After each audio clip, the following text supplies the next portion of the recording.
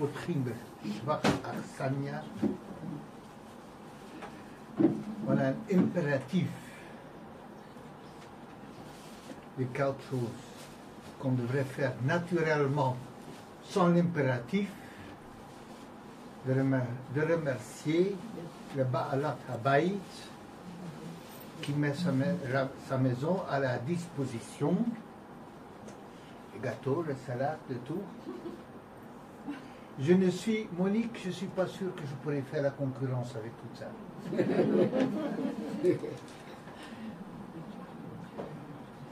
Quand mon épouse était encore de ce monde, on a fait je ne sais pas combien de Sheva Brachot. Et chez nous, entre mon épouse et moi, il y avait une rivalité. Une très grande rivalité. C'était très tendu entre nous. Qui allait faire le mieux? Est-ce que c'était les gâteaux de ma femme? Ou est-ce que c'était mon intervention avec des divrei Torah? Donc il fallait toujours que ma divrei Torah soit à la hauteur de ses prestations culinaires. Et elle m'a rendu ça très très difficile. Très difficile. Et je ne suis pas sûr qui a toujours gagné. Enfin, bon.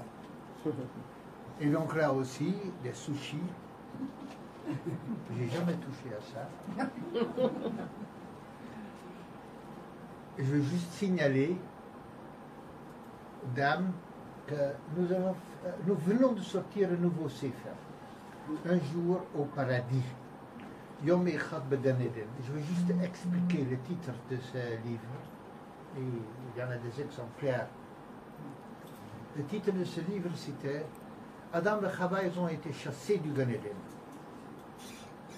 Ça vous avez appris au Gan, donc je n'ai pas besoin d'expliquer plus. Mais il y a un Midrash, Rabbi Yehuda, dans le Gemara, il dit, malgré le fait qu'ils ont été chassés du Gan Eden, HaKadosh Baruch Hu leur a permis de rester Shabbat au Gan Eden. Et ils ont quitté le Gan Eden après Shabbat. Donc, Yom Echad Began Eden, un jour au paradis, parce qu'ils sont restés un jour au paradis. Le nombre de Mamari Chazal sur l'avant, le pendant, est-ce qu'au fond vous m'entendez? Oui. Le nombre de Mamari Chazal sur le nombre de Mamari Chazal du avant, pendant et tout de suite après le Gan Eden est énorme. Au point que je pense qu'on peut avoir toute la Hashkafat Torah à travers le Gan Eden. Et donc, et même ce un jour au Gan Eden a eu des implications sur toute la pérennité de l'histoire du peuple juif. Donc, qu'est-ce que le Gan Eden a apporté à nous? Parce que pour nous, le Gan Eden, c'est Hayo Haya, c'était une fois.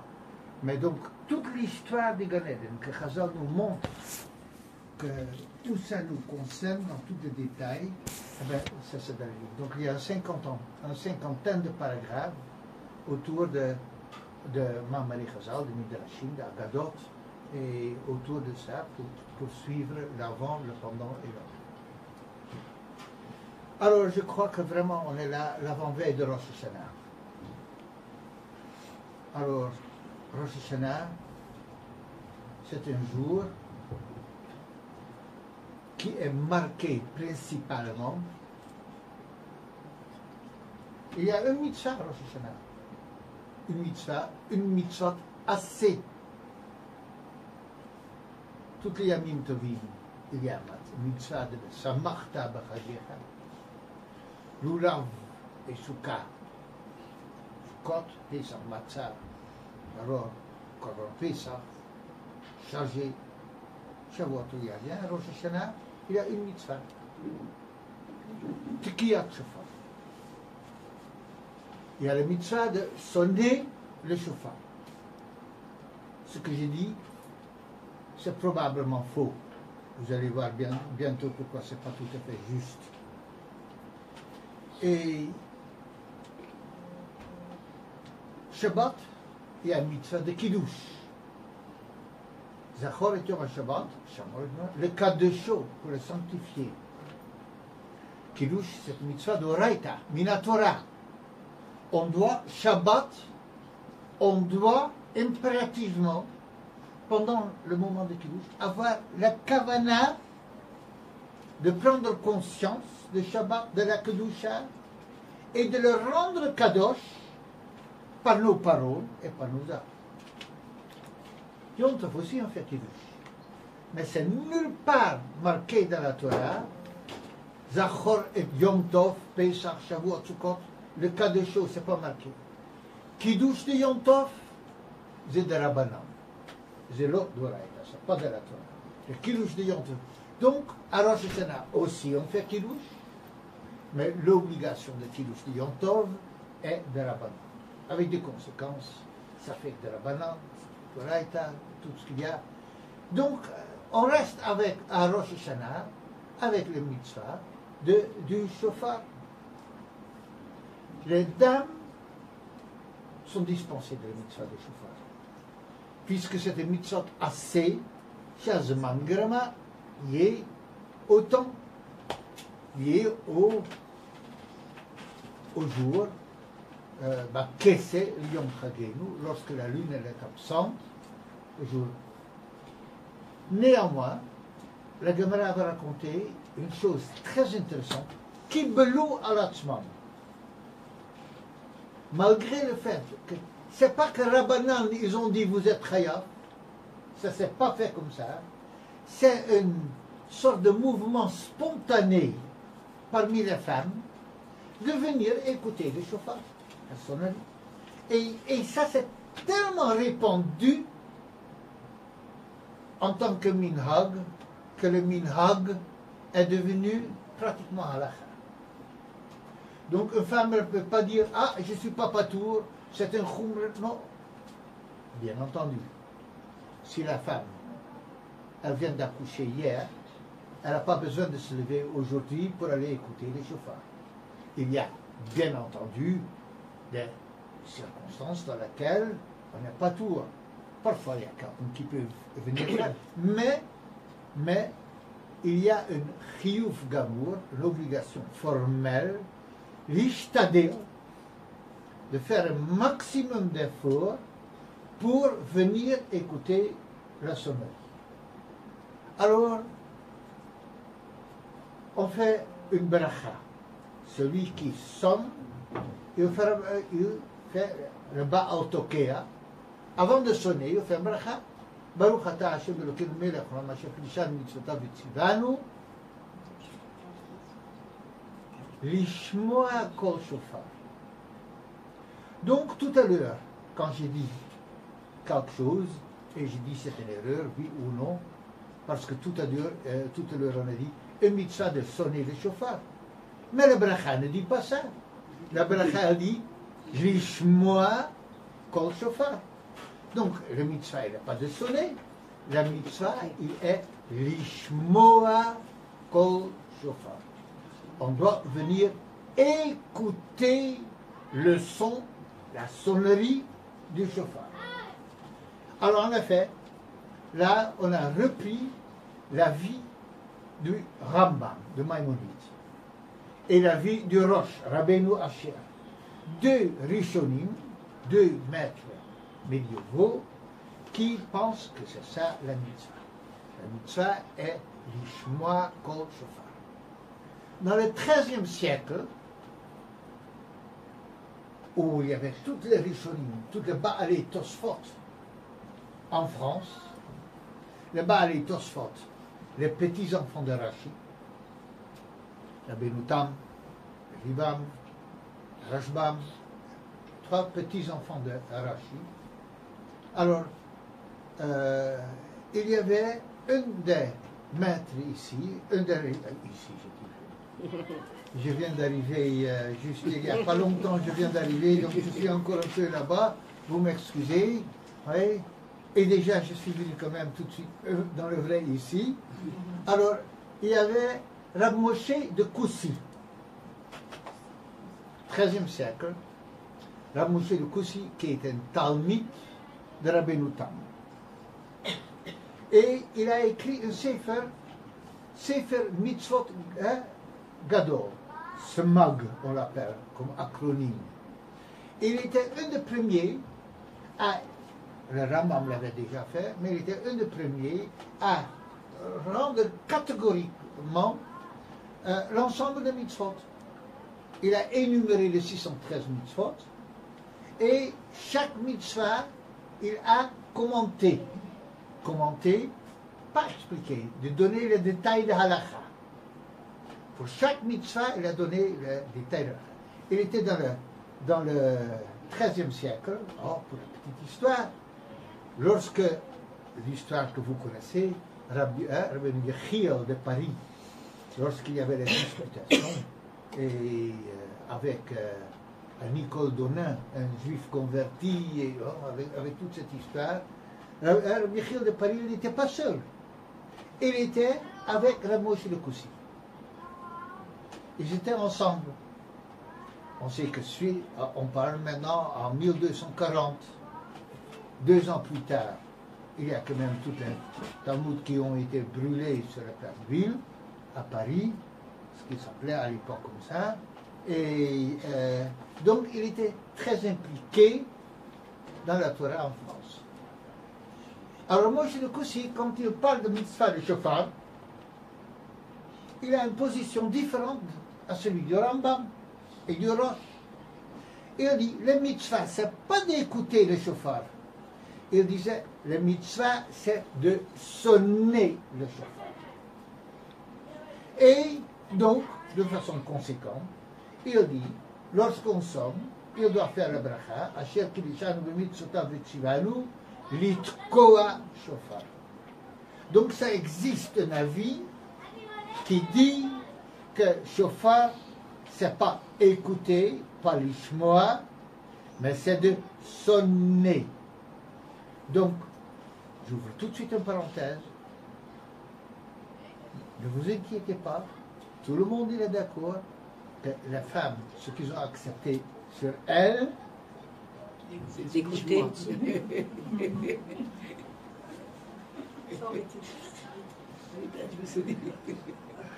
D'accord? Oui. Mais donc, imaginons, on est à la synagogue, de même que chacun il a son loulav, chacun a un sofa, donc un concert pour 50 chauffeurs, s'il y en a 5, s'il y en a une synagogue avec 3000 personnes, alors on a un concert avec 3000 chauffeurs. Comment on fait ça? Écoutez, je ne sais pas. Ça, c'est la vie de la Moshe de Koussi, du Smag. Que le mitzvah, c'est l'itkoa, de sonner le shofar. Et dans la Torah, c'est marqué Vahavartem, et c'est marqué Utkatem, mais il cite, mais quand c'est marqué Utkatem dans la Torah, c'est marqué Vachatzotsorot, sur les trompettes, pour le rassemblement du peuple. Donc, les preuves, là, nous n'allons pas étudier ça par là, mais en tout cas, il existe donc une grande discussion.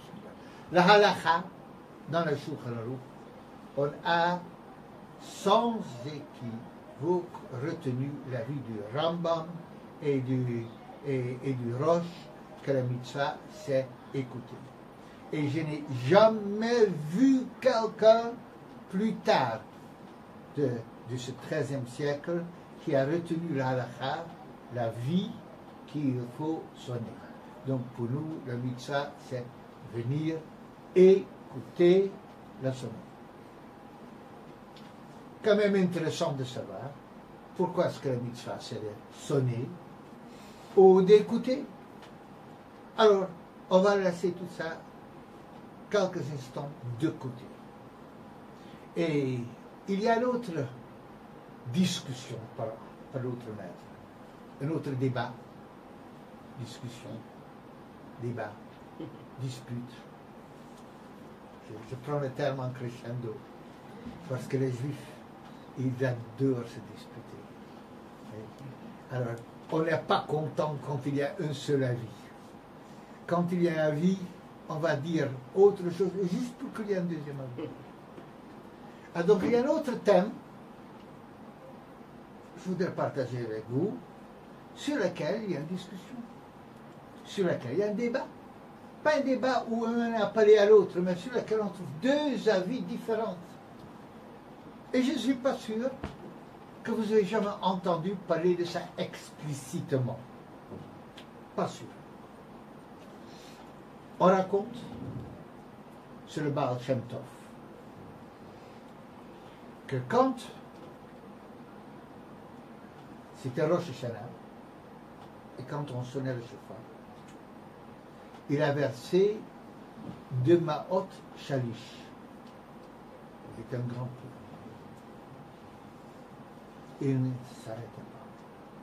Le Baal Shem Tov, à Rosh Hashanah, il pleurait, il pleurait, il pleurait. Vous avez déjà entendu ça? Baal Shem Tov, il pleurait à Rosh Hashanah. Et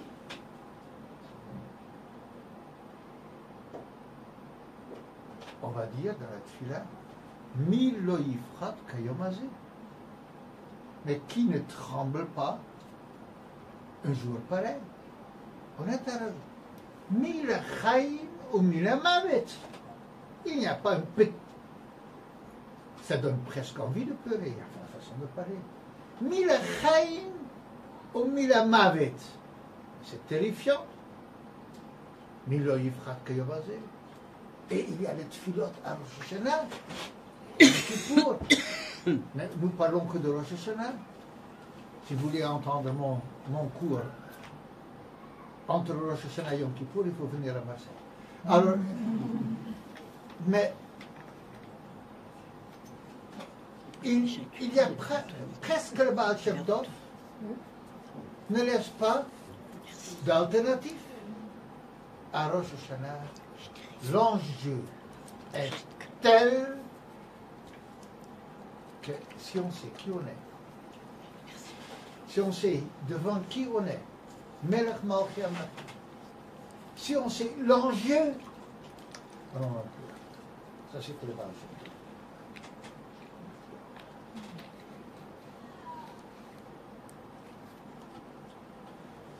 Le Gaon de Vilna ne pleurait pas le Baal Shem Tov.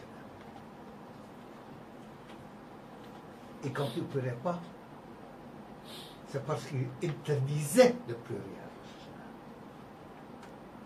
Il dit à Rosh Hashanah, on ne peut pas pleurer. Rosh Hashanah, c'est Yom Tov. Comment on vient à la shul? Le Choubat, avec des habits, des Shabbat. Et mieux, on a souvent des personnes qui ont des habits encore plus distingués pour Yom Tov que pour ça. Rosh Hashanah, on vient habiller. On fait Kiddush. Oui. Ah, Rosh Hashanah, madame, vous faites des choses autres que des Tisha B'Av, non? Oui. On fait des bons pains.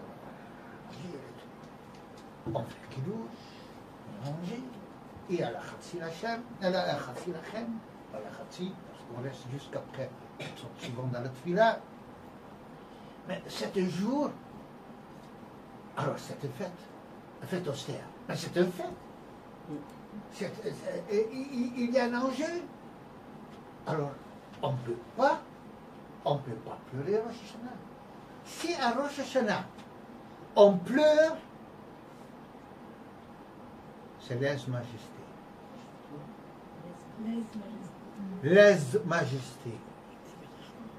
Vous êtes devant Hachem, qui vous dit c'est Yom Tov, et vous êtes en deuil. C'est lèse-majesté. Dominez-vous. Ah, quel sens de se dominer. Dans Tehillim, chapitre Bet, il y a une petite phrase, 2 mots, dans un des psukim, c'est plus pas. Gilou bir ada. Gilou, Gila, Gilou. Bir'ada, Ra'ada, en tremblement. Ra'ad, c'est trembler. Que veut dire Gilou? Bir'ada, réjouissez-vous en panique. Ça semble contradictoire. Alors je vais vous dire l'exemple. L'exemple, il y a quelqu'un qui est convoqué, invité, honoré de se présenter devant un roi. Et pas devant un roi avec une autorité constitutionnelle, ça veut dire un roi qui n'a rien à dire, qui n'a pas son mot à dire. Mais un roi à l'ancien, ou de l'Arabie Saoudite aujourd'hui, un roi. Bon, terrifiant. Alors personne, devant un roi, il tremble. Mais pourquoi il tremble? Parce que là, il a priorité, il raconte, j'étais devant le roi, je vais parler. Vous savez, la semaine dernière, en Hollande, la synagogue portugaise de la Hollande avait 350 ans. Et le roi, il était présent. C'est une grande cérémonie où on allait seulement sur invitation. J'avais une invitation, mais je n'ai pas pu y aller. Mais j'ai eu raison. J'ai serré la main au roi. Mais un roi, complètement autonome, on ne serre pas sa main. Tout juste qu'on peut embrasser le sceptre. Alors, mais on vient dire, j'ai vu le roi. Oui. Pourquoi est-ce que, étant donné qu'il s'agit d'un roi, et qu'il y a un protocole tellement sévère, parce que c'est le protocole de la réalité de la puissance royale, c'est pour cette même raison que c'est un privilège et qu'on est joyeux. Mais on est joyeux autant proportionnel par rapport au protocole. Donc on a peur proportionnelle à la... Ça c'est Gilou Bir'ada. Ça c'est le paradoxe de Rosh Hashanah. On est devant Hachem. Et Akadosh Baruch Hu dit, toi, l'année prochaine, on ne se voit pas.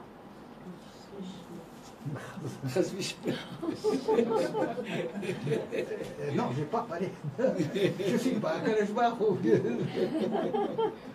Non, vous comprenez. Donc on est bien Ada.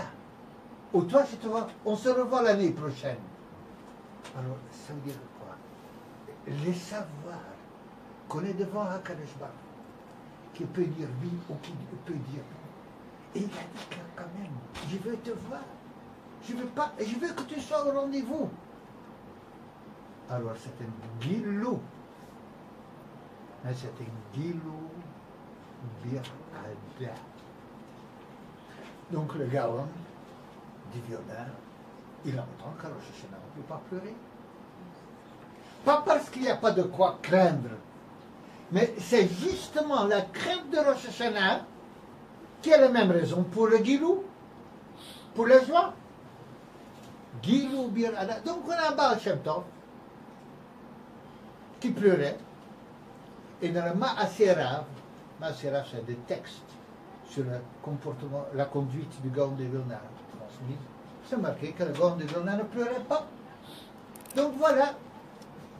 Alors le problème c'est la vie du Baal Shem Tov, on le comprend bien. La vie du Gaon de Vilna, on le comprend bien. Mais qu'est-ce qu'on fait avec ça?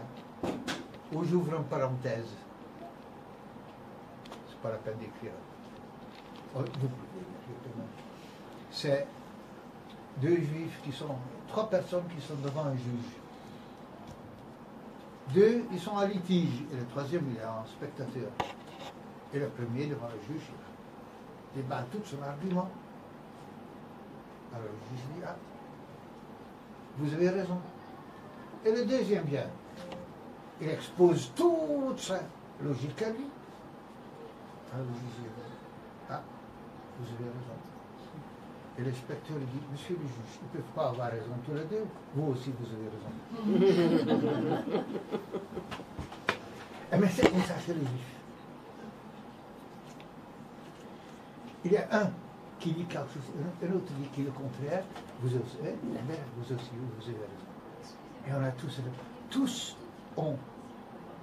on exprime une partie de la majesté de la Torah.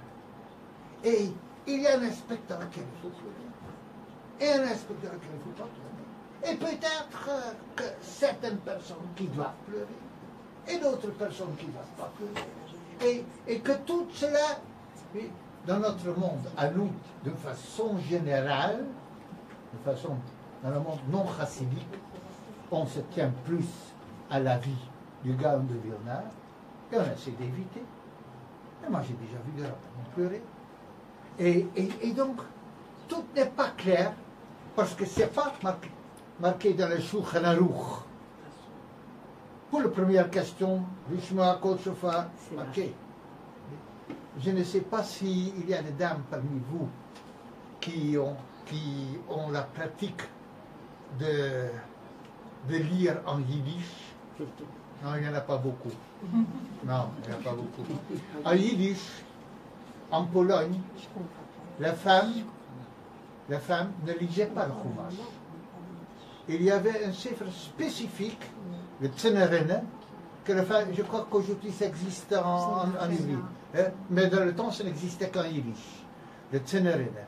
Et à un moment donné, dans la tfila, c'est marqué Do Weintman. Ici, on pleure.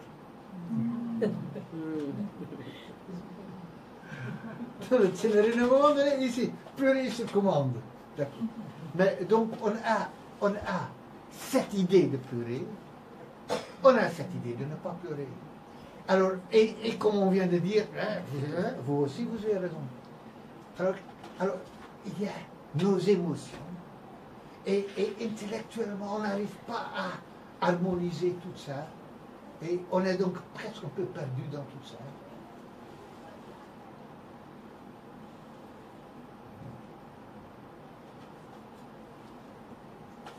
L'être humain est composé de deux composants. Le gouffre et la neshama. Le corps et l'âme. On a un gouffre, on a un corps, et on a un neshama, et un âme. Le gouffre sans neshama ne tient pas. La neshama sans gouffre tient encore moins. Donc il y a seulement dans cette symbiose entre gouffre et neshama qu'on peut vivre. Le gouffre et le neshama, entre eux,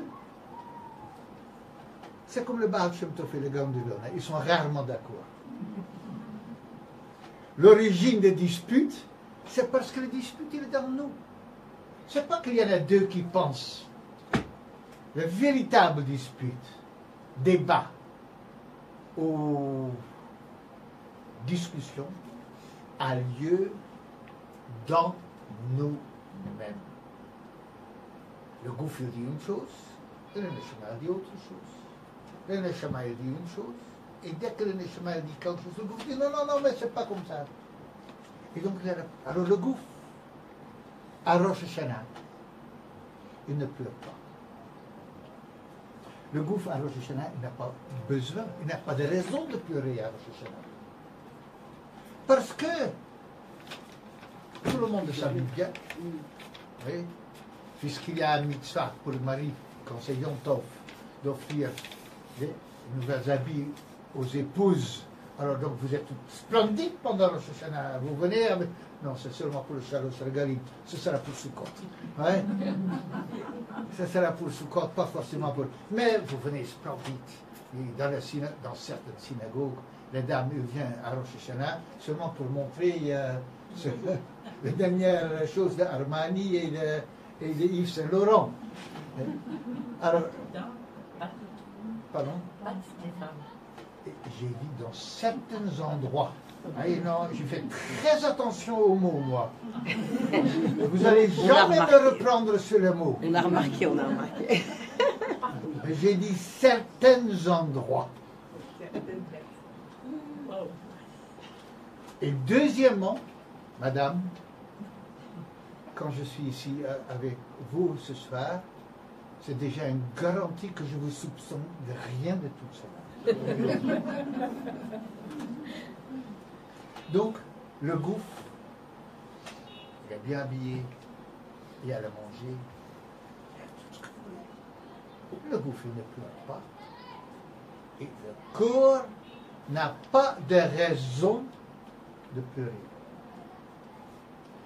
La neshama dans ce monde, c'est une autre histoire. Que le Gemara va dire, Tof l'Adam selon Nivra, Mishinivra.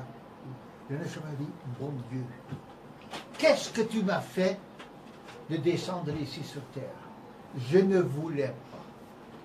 Le neshama dans ce monde, il est en galoute, en exil. La neshama est une étrangère, perdue. Et la neshama dans ce monde, tout le jour, elle pleure. Tov l'Adam selon Ivra Mishnivra. Je ne vais pas. Je ne voulais pas. Et je ne comprends toujours pas. Et la neshama, elle pleure. Parce qu'elle trouve sa situation ici déplorable. Alors, on ne l'entend pas. Pourquoi est-ce qu'on n'entend pas la neshama pleurer? Parce que le gouffre, il est dominateur. Alors il fait tout pour faire tellement de bruit et tant d'agitation qu'on n'entend pas la neshama pleurer. Le gouffre n'entend jamais la neshama pleurer. Il sait que la neshama est là. Et il sait qu'il pleure. Et il vient avec son saxophone, avec ses instruments en percussion, il fait un tel vacarme que vous et moi, on entend rarement la neshama pleurer. Non, non, tout va bien. Comment? Non, non, tout va bien. Oh, des petits bobos. Non, non, tout va bien. Il n'y a rien qui va bien. Enfin, rien. On ne peut pas dire ça. Mais pas. C'est pas aussi rose qu'on le croit. Il y a tant de choses qui ne vont pas bien du tout. Mais le gouffre, c'est lui.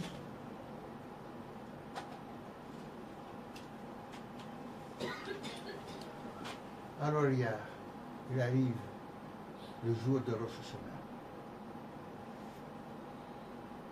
Et le jour de Rosh Hashanah, qu'Akadosh Baruch Hu dit, Kouf, attention, l'année prochaine, tu n'es peut-être pas là. La neshama, oui, mais toi plus. Alors le groupe, c'était. Il ne fait pas son bruit. Il respecte le silence. Et Rosh Hashanah, le gouffre entend la neshama pleurer. Qui c'est qui pleure? Oh, j'ai oublié un passage au milieu. Je reviens. Je dois. Oh là là, je suis trop intimidé. Alors,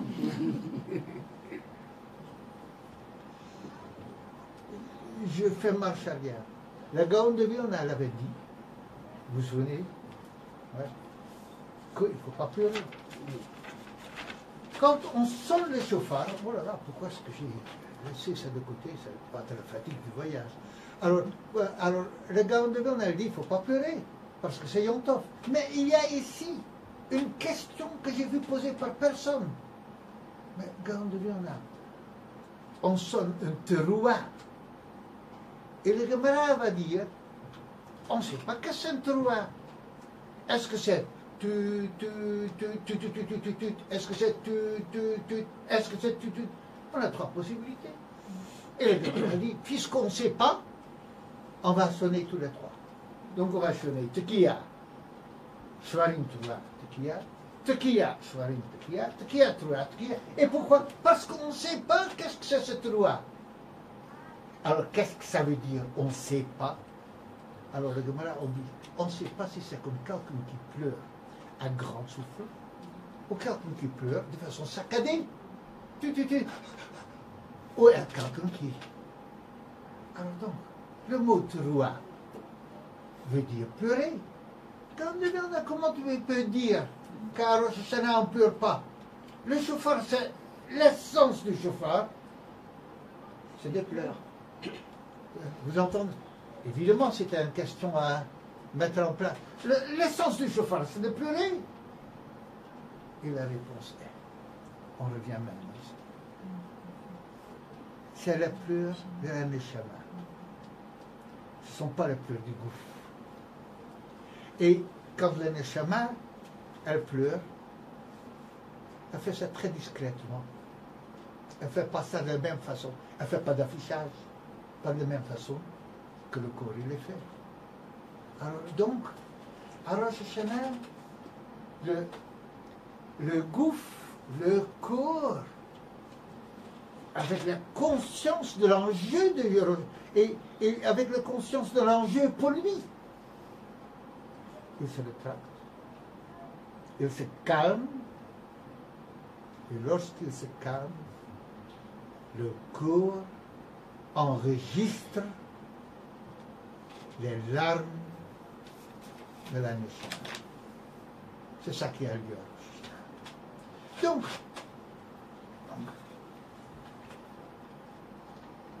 on comprend le gars. Et le Baal Shem Tov, qui pleurait à Rosh Hashanah, il ne faut pas. Alors, ça c'est du Chassidut, ce qu'on va dire maintenant. Le Chassidut, il est le corps, il ne pleure pas sur son vie. Il entend tellement les larmes de la Neshama qu'il se joint à la Neshama. Il n'y a pas de lèse-majesté là-dedans. Lorsque le Baal Shem Tov il pleurait, il savait que le corps n'a pas le droit de pleurer. Mais les larmes à Rosh Hashanah, lorsque le Baal Shem Tov il pleurait, c'était pas parce que le cœur, Milo Yifrat Kayomazé, non. C'était que lorsque le corps, il entend la Neshama pleurer, il dit, la Neshama, pourquoi la Neshama pleure? Parce que moi je suis intérieur. Il pleure. Donc on arrive avec des pleurs, sans le pleur, à Rosh Hashanah. On peut entendre que est-ce que peut-être la mitzvah c'est l'itkoa. L'essence, non, pardon. La mitzvah d'abord c'est l'ishmoa. Qu'est-ce que veut dire l'ishmoa? L'ishmoa, ça veut dire le corps qui est prêt d'entendre la neshama. Ça c'est l'ishmoa. Parce que le corps, mais on comprend cette bracha, la bracha de l'eshemia, la bracha de l'écoute. Mais, alors Moshe de Koussi, le Swag, il avait dit la bracha, l'itkoa, chauffard, pour sonner.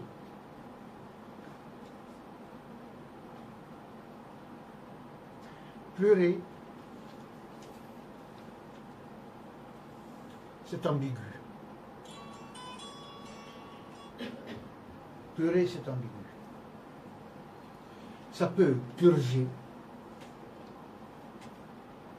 Là, ça peut être constructif. Mais moi, je vois trop de gens pleurer où les larmes s'étaient laissées aller. Le pleur, ça devient des primes. Et le déprime, déprime. Déprime. Déprime. Oui. Et le déprim devient dépression. Et le pleur, il vient d'un yiouch, d'un désespoir de se sentir incapable.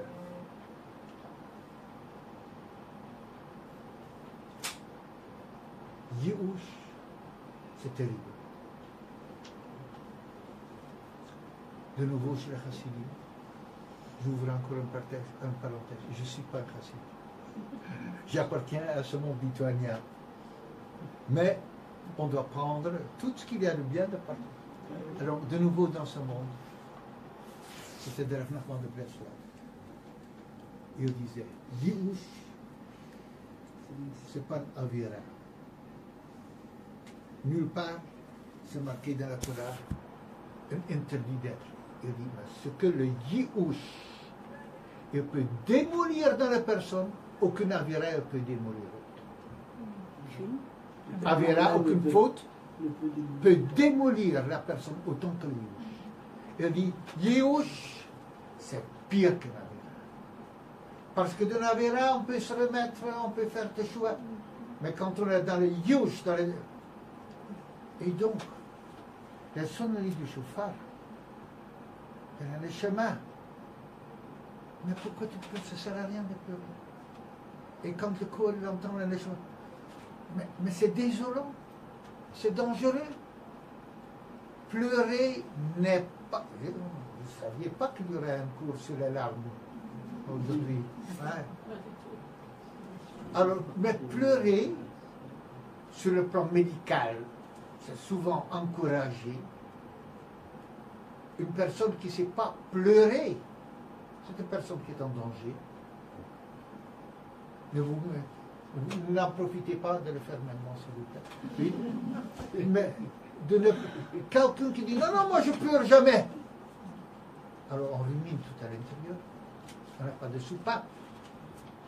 On est célibataire. Pleurer, ça peut être cathartique. Ça libère.